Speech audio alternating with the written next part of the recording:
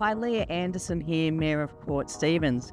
Joining me this afternoon is Councillor Giacomo Arnott, West Ward Councillor, and also Council's Capital Works Section Manager, Phil Miles. We're back here at Phillip Street in Raymond Terrace to provide a final update on the rehabilitation works we've undertaken as part of the Roads Acceleration Program. I'm very pleased to announce that both stages of the road rehabilitation project have now been successfully completed. Now, the cost of this project was $525,000, and this was made possible by the 3-year special rate variation that was approved by IPART back in 2023. The project was delivered in 2 key stages. Stage 1, which was completed earlier this year, involved repairing damaged concrete curbs and gutters.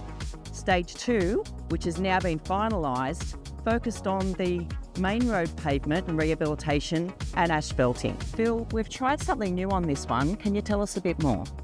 On this project, a key part of the success here at Phillip Street is the use of a material called foamed bitumen stabilisation.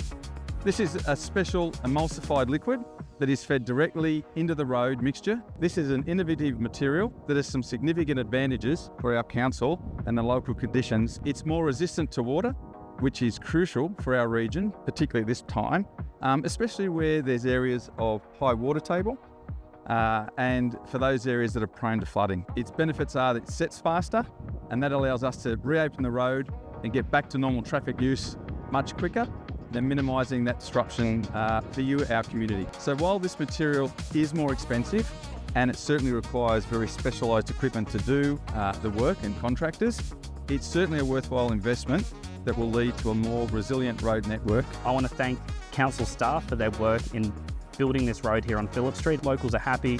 Hopefully the other councillors are also happy as I am. And I know, and I'm looking forward to this road withstanding conditions for years and decades to come. Leah, back over to you. This is just one example of how we are strategically investing the funds from our Roads Acceleration Program to build better and more durable roads for our community. Thank you for your patience and support as we work to improve our local infrastructure. And that's another wrap.